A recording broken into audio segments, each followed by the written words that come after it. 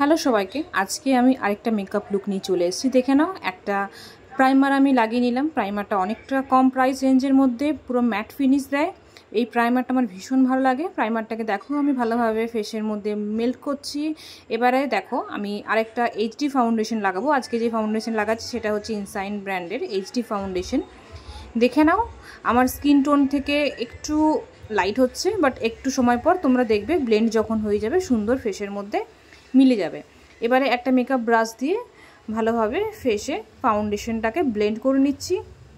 এই মেকআপ ব্রাশটা পেয়ে যাবে এবং যতগুলো প্রোডাক্ট আমি ইউজ করছি প্রত্যেকটা প্রোডাক্ট কিন্তু তোমরা আমার কাছ থেকে পেয়ে যাবে। দেখে নাও, গলায় ফেসে ভালো করে সুন্দরভাবে ফার্স্টে ফাউন্ডেশনটাকে অ্যাপ্লাই করছি। কোনো জায়গা যেন বাদ না হয়, না হলে ওই জায়গাটা প্রচণ্ড বেশি খারাপ দেখাবে। এখন হয়তো দেখে মনে হচ্ছে যে ফাউন্ডেশনের কালারটা অনেক বেশি ফেয়ার হচ্ছে, বাট একটু পরে দেখবে যখন হবে তখন সুন্দর হয়ে যাবে। এবারে একটা ড্যাম্প বিউটি ব্লেন্ডার দিয়ে সুন্দরভাবে দেখো আমি ব্লেন্ড করছি। দেখতেই পাচ্ছ বাঁ দিকটা একটু অন্যরকম দেখাচ্ছে, আর ডান দিকেরটা যেহেতু ব্লেন্ড করা নেই প্রপারলি সেহেতু ডান দিকের ফেসটা কিন্তু অনেকটা ডিফারেন্স দেখাচ্ছে। দেখে নাও, ব্লেন্ডিংটা যেন ভালো হয় সেটার দিকে নজর রাখতে হবে। মেকআপের মেন নিয়মটাই হচ্ছে ভালোভাবে ব্লেন্ড করা। দেখে নাও, কোথাও যেন ব্লেন্ডিং না বাকি থাকে সেটা কিন্তু লক্ষ্য করতে হবে। প্রত্যেকটা প্রোডাক্ট তোমরা আমার কাছ থেকে পেয়ে যাবে। আজকে যে মেকআপ লুকটা সেটা হচ্ছে ডেইলি পারপাস পার্টি মেকআপ। যারা একদমই মেকআপ করতে জানো না তারাও যদি এই ভিডিওটাকে ফলো করো দেখো, তাহলে তারাও কিন্তু মেকআপটা করতে পারবে। এবং খুবই কম সময়ের মধ্যে চটজলদি একটা মেকআপ আমি তোমাদের সাথে শেয়ার করেছি, তাই এটা হচ্ছে আমার সেকেন্ড ভিডিও। দেখে নাও, এখনও আমার ব্লেন্ডিংয়ে চলছে। ব্লেন্ডিংয়ে কিন্তু তোমাদের একটা প্রপার সময় কিন্তু দিতে হবেই। চলো, ব্লেন্ড করা মোটামুটি হয়ে গেছে। এখনও দেখতেই পাচ্ছ ফেসটা একটু অন্য খারাপ লাগছে, বাট একটু পর ঠিক হয়ে যাবে।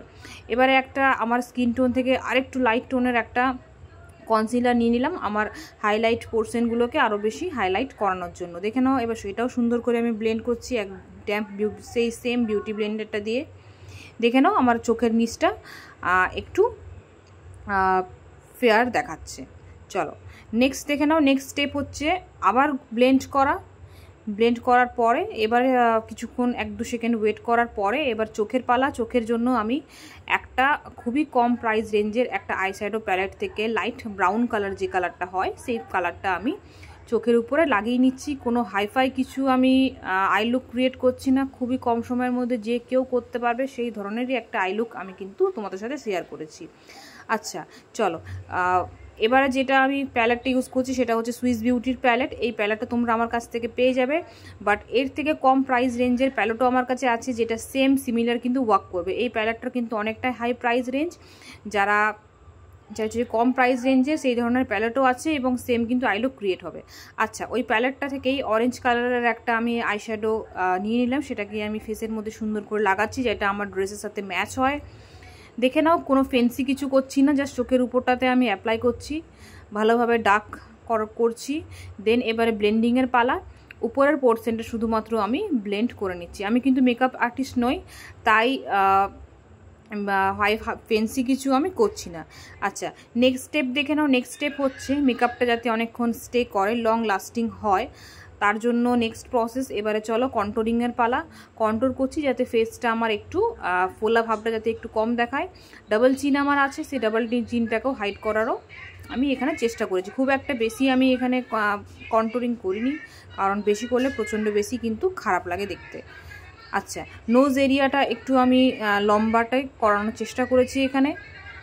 এখনও ব্লেন্ডিং অনেকটা বাকি আছে। মেকআপের শেষ পর্যন্ত দেখবে সব কিছুই কিন্তু সুন্দরভাবে ব্লেন্ড হয়েছে। এখন দেখলে হয়তো মনে হতে পারে যে অতটা ব্লেন্ড হয়নি। আচ্ছা, হয়ে গেল। নেক্সট স্টেপ হচ্ছে মেকআপটা যাতে আমাদের লং স্টে করে সেটার পালা। প্রত্যেকটা আইশ্যাডো প্যালেট কিন্তু তোমরা আমার কাছ থেকে পেয়ে যাবে, সব রকম আইশ্যাডো মানে প্রাইস রেঞ্জের মধ্যে। এবারে আমার মেকআপটা যাতে সুন্দরভাবে স্টে করে সেটার জন্য আমি আমারই আইশ্যাডো প্যালেটের সাথে কম্বোতে ফেস পাউডার একটা আছে, সেই ফেস পাউডারটাকে আমি ফেসের মধ্যে সুন্দর করে লাগিয়ে নিচ্ছি। তুমি দেখতে পাচ্ছ সুন্দর ফেসটা আমার সঙ্গে সঙ্গে পুরো ম্যাট কিন্তু লুকিংটা হয়ে যাচ্ছে। ম্যাট লুকিং হওয়ার ফলে কি হচ্ছে না, মেকআপটা কিন্তু আমার অনেকক্ষণ লং কিন্তু এটা স্টে করবে। ফেস পাউডার, এটা তোমরা এইটার থেকে ইউজ করতে পারো যে কোনো। আর আদারওয়াইজ চাইলে আরও যদি ভালো এফেক্টিভ রেজাল্ট চাও তাহলে সেই ক্ষেত্রে তোমরা কিন্তু সুন্দরভাবে আলাদা করে একটা কম্প্যাক্ট পাউডারও কিন্তু ইউজ করতে পারবে। আচ্ছা চলো, এবার নেক্সট স্টেপ হচ্ছে কি, নেক্সট স্টেপ হচ্ছে হাইলাইট করা। হাইলাইট আমার যে পোর্শন সেগুলো আমি ইউজ করছি। হাইলাইটারটাও তোমরা আমার কাছ থেকে পেয়ে যাবে। এটা হচ্ছে একটা মার্স ব্র্যান্ডের হাইলাইটার, দেখে নাও। চোখের উপরটাতেও একটু লাইট কালারের হাইলাইটার আমি সুন্দর করে লাগিয়ে নিলাম। বেশি ফেন্সি কিছু কিন্তু আমি করছি না, এটা যাতে সবাই করতে পারে সেটাকে লক্ষ্য রেখেই আমি আজকের মেকআপ লুকটাকে ক্রিয়েট করেছি। নেক্সট স্টেপ হচ্ছে মাস্কারা লাগানো। এই মাস্কারাটা হচ্ছে ব্লু হেভেন ব্র্যান্ডের মাস্কারা। এই মাস্কারাটাও তোমরা আমার কাছ থেকে পেয়ে যাবে। দেখে নাও, মাস্কারাটা লাগানোর সাথে সাথে চোখের লুকটা কিন্তু অনেকটাই ডিফারেন্ট হয়ে গেলো। বেশি আমি হাইফাই মাস্কারা ইউজ করিনি। আচ্ছা, এবারে আমি জেল লাইনার ইউজ করছি। লাইনারের নর্মাল লাইনারের থেকে জেল লাইনার অনেক বেশি ওয়ার্ক করে এবং আরও চোখটা আরও ফাইন দেখায়, আরও বেশি স্মুথ দেখায়। মার্সের আমি লাইনারটা ইউজ করছি, যে এই লাইনারটা কিন্তু তোমরা আমার কাছে পেয়ে যাবে। লাইনারটাকে আমি লাগিয়ে নিচ্ছি, যতটা বেটার আমি করতে পারি আমি করছি। খুব একটা ভালো লাইনার কিন্তু আমি লাগাতে পারি না, বাট এই জেল লাইনার যে ইউজ করবে, যে একদমই লাইনার লাগাতে জানো না, তারাও কিন্তু লাইনার সুন্দরভাবে লাগাতে পারবে। আর জেল লাইনার একদম ব্ল্যাক হয় আর একদমই স্মাজ প্রুফ, সুন্দরভাবে তোমরা কিন্তু এটা ইউজ করতে পারবে। দেখে নাও কতটা ব্ল্যাক দেখাচ্ছে। এটা যদি সুন্দরভাবে, যারা সুন্দরভাবে লাইনার লাগাতে পারবে তারা যদি লাগাও তাহলে লুকিংটা আরও অনেক বেটার হবে। চোখের কর্নারগুলো আমি সুন্দর করে আঁকার চেষ্টা করেছি। আমি একটু মোটার উপরে লাইনার লাগাতে পছন্দ করি, তাই এখানে আমি একটু মোটার উপরে লাইনারটা লাগিয়েছি। দেখে নাও,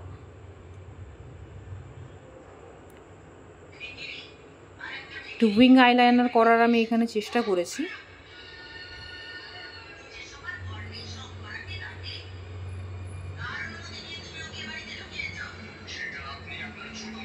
এরপরে যেটা, আমি একটা সেটিং স্প্রে আমি লাগিয়ে নিয়েছি। সেটিং স্প্রেটা লাগিয়ে নেওয়ার পরে দেখে এখন মনে হতে পারে যে এমনি এমনি অয়েলি অয়েলি কেন, বাট এখনও শুকোয়নি। একটু সময় পর যখন শুকিয়ে যাবে তখন এর লুকটা তোমাদের সাথে আমি শেয়ার করব। শেষ পর্যন্ত দেখতে কেউ ভুলো না, একটু পরে তোমরা দেখবে। এখন দেখে মনে হতে পারে যে মেকআপ লুকটা কেমন দেখাচ্ছে। সেটিং স্প্রে এখনও পর্যন্ত শুকোয়নি। সেটিং স্প্রে কিন্তু মেকআপের শেষে ইউজ করা উচিত। এটা মেকআপটা অনেকক্ষণ স্টে করে এবং মেকআপটার মধ্যে একটা গ্লসি একটা ফিনিশ দেয়। এটা হচ্ছে আমার ফাইনাল লুক। ফাইনাল লুক দেখতে কেউ কিন্তু করো না। দেখো, এটা হচ্ছে দুপুর প্রায়